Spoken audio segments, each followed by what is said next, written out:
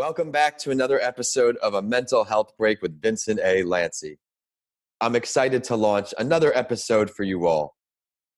I'm Vincent Lanci, speaker, coach, and author of the book Left for Dead, A Story of Redemption. When I was 21 years old, I was the victim of a hit-and-run accident while walking home from a friend's birthday. After coming out of a coma and suffering from a traumatic brain injury, or you may know of as a TBI, I soon realized that it was time to put my mental health on a very high pedestal. This transformative experience has led me to create a podcast that is all things mental health. If you enjoyed today's episode, please continue listening by subscribing and rate the show 5 stars. Would it benefit you to hear from mental health professionals and influencers?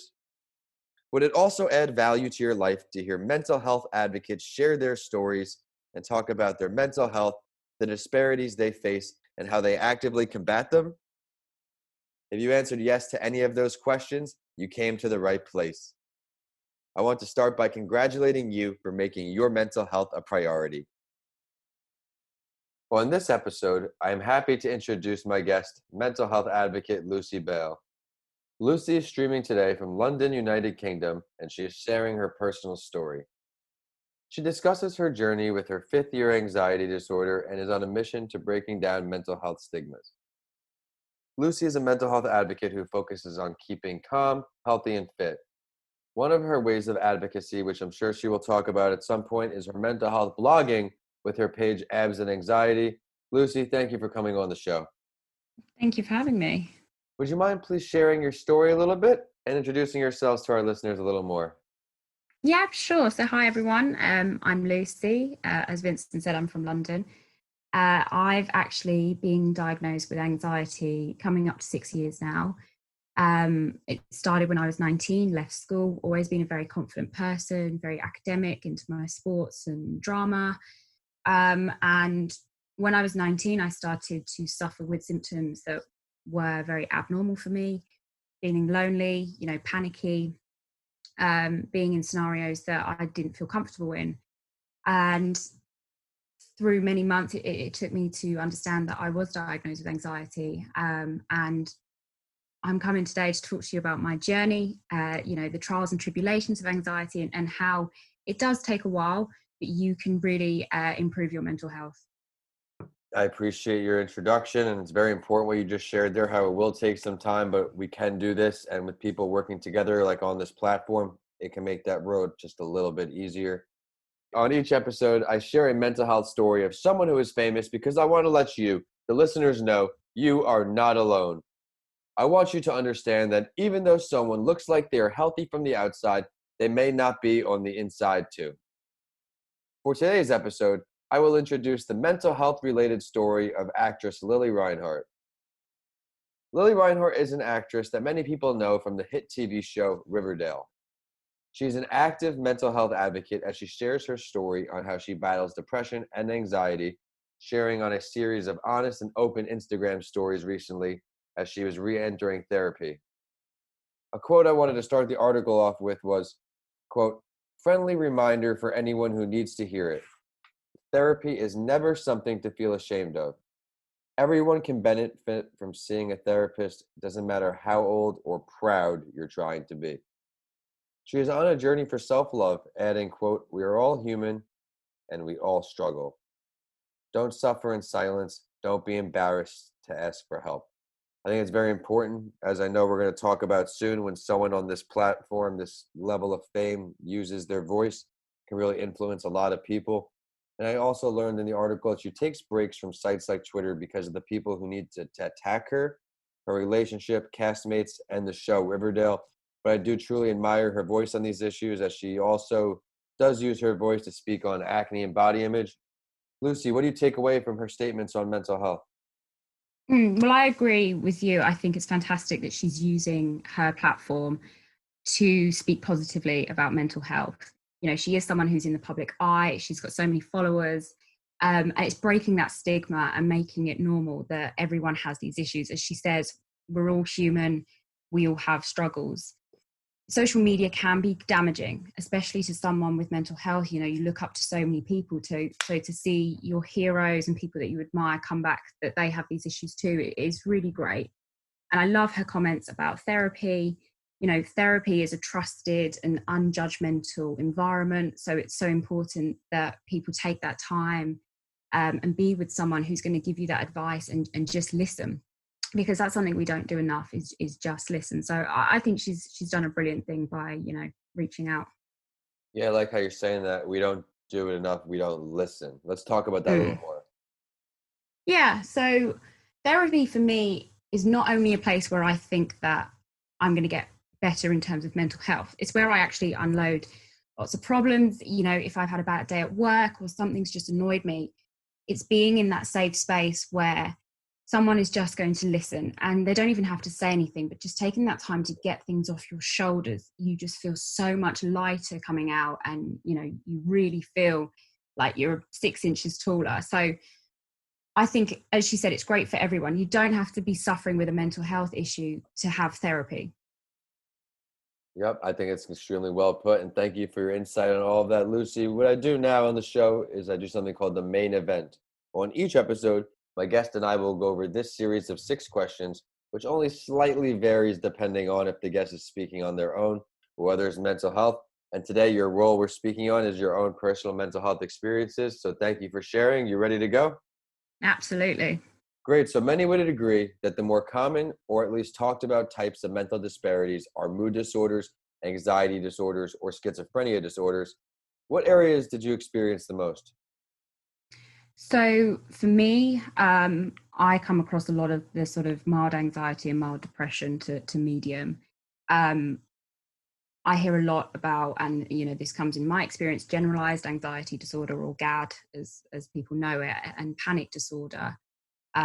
With me, it was very much social anxiety. I would panic in certain situations, and that's something I found through opening up my platform. Is people messaging me about socializing, about relationship problems, and loneliness. And you know, especially during this time where we're finding ourselves at home a lot more, people are lonely. They're listening to their thoughts and feelings more, and they're noticing things that might not be normal. So I have found that these sort of anxiety disorders are cropping up more. But the good thing is, I'd say over the last 2 to 3 years, I've really noticed how many more people speak up about their mental health issues.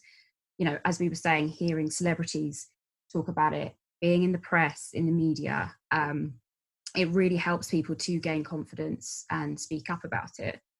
But something I've noticed in the last few months since sort of setting up my blog is people message me saying, well, I think I've got this or I think I've got that, but I'm not sure. But just people taking steps to acknowledge that they're having symptoms and they might not necessarily know what they've got, like what they're being diagnosed with, but they understand there is an issue. And that is just a huge step in starting that mental health recovery journey. I think you hit it on the head there perfectly. And I think it is a perfect segue into the next question of when did you first decide that taking a stance on mental health advocacy was going to be the right path for you? When was that moment for you? I mean, I think that can relate to a lot for our listeners. Yeah. So, as I mentioned earlier, I've suffered with anxiety coming close to 6 years now, but it's always something I've kept, you know, to very close family and friends. I wasn't massively public about it. Um, and during this pandemic, you know, in the UK as well as many other countries, we were on lockdown, and I was finding myself alone a lot more. These sort of anxious thoughts and feelings that I've been working so hard on started to creep back, and it made me think, well, how many other people are feeling the same at the moment? You know, we're all in the same boat. We can't go out and do the things that we want to do and that we feel confident in doing. Um, and I wanted to use my experiences and what I've discovered and what I've found and learned about myself to set up a blog. And I've been absolutely overwhelmed with the response, especially in light of what's happened in the world over the coming months. And people are feeling this way. And they're acknowledging that their mental health isn't as strong. You know, we've got more time on our hands now to understand how we feel. And that's really why I set it up. I want people to know they're not alone. you can talk to people, you can share your stories, and draw on other people's experiences. And it's perfectly normal to speak about how you feel. Yeah, I think it's something that really helps, especially in the beginning when you really don't know what's going on. I think Mm, speaking is very, very big. mm. Who do you come across the most as far as maybe age, I should say, on your platforms? Who reaches out to you the most? Is it adults? Is it children? It's adults, but it's definitely young adults. I'd say between 18 and 27 are Okay. the range that I'm getting the most sort of engagement with, and sort of messaging. Um, people might be people who are just leaving school. It might be people who are going into work, and they're stepping into the world, and things might not be going as well as they want. And that's the sort of age group that I find are coming to me the most. Absolutely. Well, what advice can you give to our listeners as what may be considered a potential early sign that they may be starting to develop a mental health disparity? So there's a few things that I would keep in mind, and obviously everyone is different, but a big thing that most people will go through is this change in mood. So are you feeling differently over the last few weeks? Are you more agitated? Are you more stressed, upset, worried? What's going on? And also, what's causing that? Have you stopped doing certain things that you used to love doing? Are you getting anxious going to certain situations that you never would before? Noticing those change. Do you feel uneasy going into certain situations that usually you'd feel confident in? And it's also, are you being restless, nervous, or tense? Is your sleep being affected? That was something that was a really big thing for me. I'm naturally quite a heavy sleeper, and during the first stage of my anxiety, I was up all night. I was worrying. I was panicking about the next day, how I would feel. So it's definitely those early symptoms are those mood changes. What's going on? And noticing that something doesn't feel normal here. I was just about to ask you what was something that affected you in the beginning, but what were some things or strategies that you used in the beginning to help overcome things that were going really difficult at the time? Well, if I'm honest, it took me a while to open up. And I'm the sort of person who thinks, oh, I can deal with this myself. I can use the internet, I can find things online, and I'm going to fix myself. And that's just the person that I am. Mhm. And it wasn't until I started having those conversations with people, my parents, my friends, that I don't feel right. I'm starting to feel lonely. I'm starting to panic in certain situations. And it's those initial conversations that really do get the ball rolling. When I first started seeing a therapist and seeing a neurologist and seeing everybody relating from my head injury after my Mm. traumatic brain injury, talking was great, but did you have a lot of conversations in the beginning with people who were directly experiencing anxiety, or were you speaking more to Mm. doctors? Because for me, I wish I came into contact with more traumatic brain injury patients because I feel Yeah, like the firsthand experience could have gone a long way.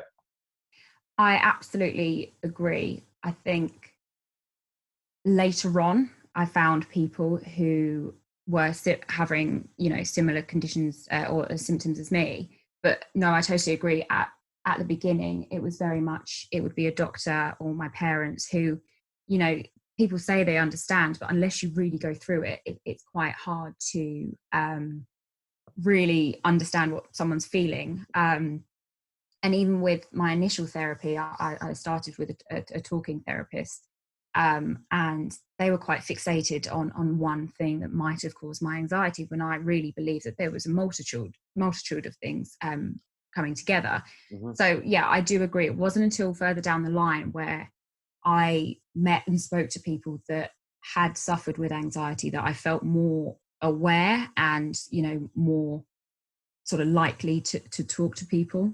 Well, I think you're going to be a great resource for everybody who tunes into this episode for if they're feeling some kind of anxiety and they don't know what to do. But to go into the next question now, if they don't know what to do, can you say three? And I say just three because I want the three most important things in your mind our listeners can Mhm. do on a daily or short-term basis to start improving this mental health. Absolutely. I mean, this is such a great question, and there are Thank you. so many things you can do. But the three that work for me, and I still do them now. First one is to keep a mood journal. So just take 10 minutes every day to talk about how you feel. Write down some of your moods, some of your thoughts, some of your feelings that you felt throughout that day. And also with that, track any activities that made you feel that certain way. So this is a really easy way of pinpointing triggers that cause your anxiety. So you can flick back in weeks and say, oh, I felt like that again, but I felt like that 2 weeks ago. So what did I do 2 weeks ago and today that might be causing these sort of emotions? So that's a really easy one to do. I like that. Yeah. Secondly, would be to take time for yourself. It's so easy in this sort of digital age when everyone's busy, we're on our phones constantly, to forget about ourselves. So I try to take an hour or two every day just to get off social media, close the laptop, get off your phone and enjoy the now. Now, this comes up a lot when you're dealing with mental health disorders, is enjoying the moment, being in the present. It's a mindfulness activity that people use a lot. So whether it's meditating, reading a book, or I just like to sit with a cup of tea in my favorite chair, really enjoy the now, relax, and it can make you feel really grounded. And thirdly, it's a simple one, but it's something I'm quite passionate about is exercise. Now, I'm not saying you should go into the gym and lift the heaviest of weights, but it's incredible just how much a brisk walk can help.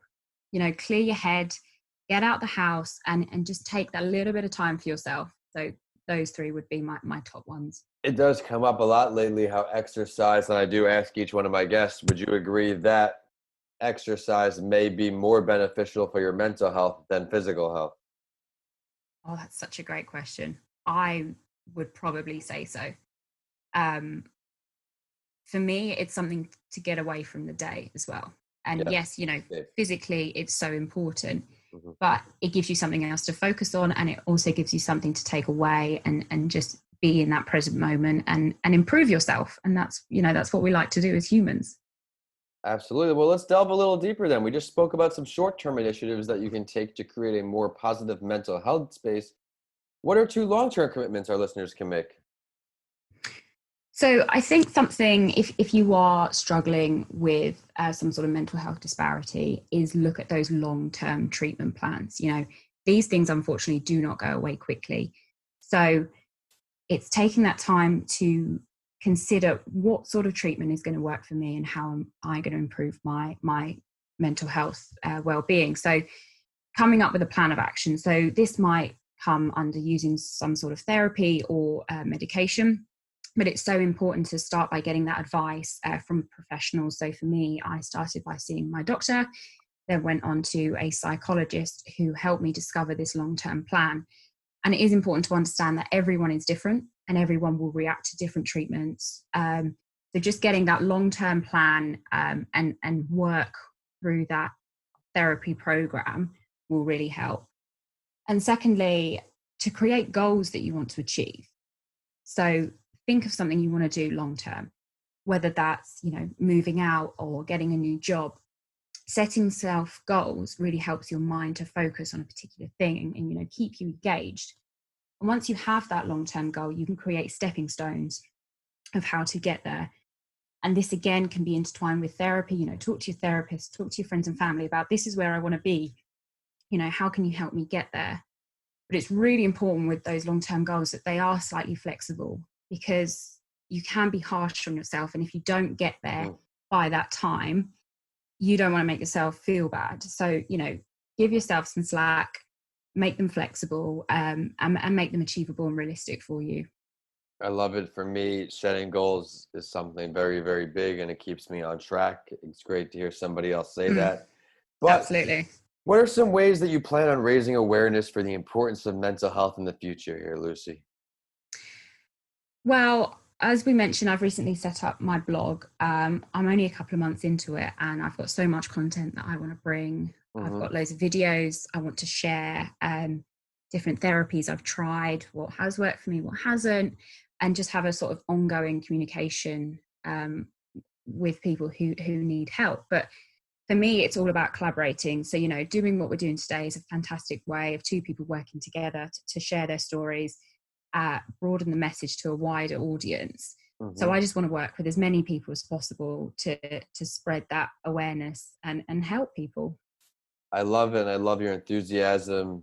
The one, I think it was the first episode of season 2 on this show where someone said it takes a village to break down these mental health stigmas. We can't do it alone. Mm, So I'm mm. very, very excited to see how big your blog does grow to. But thank you so much, Lucy, for coming on. I know our listeners are going to see all the value in your episode today.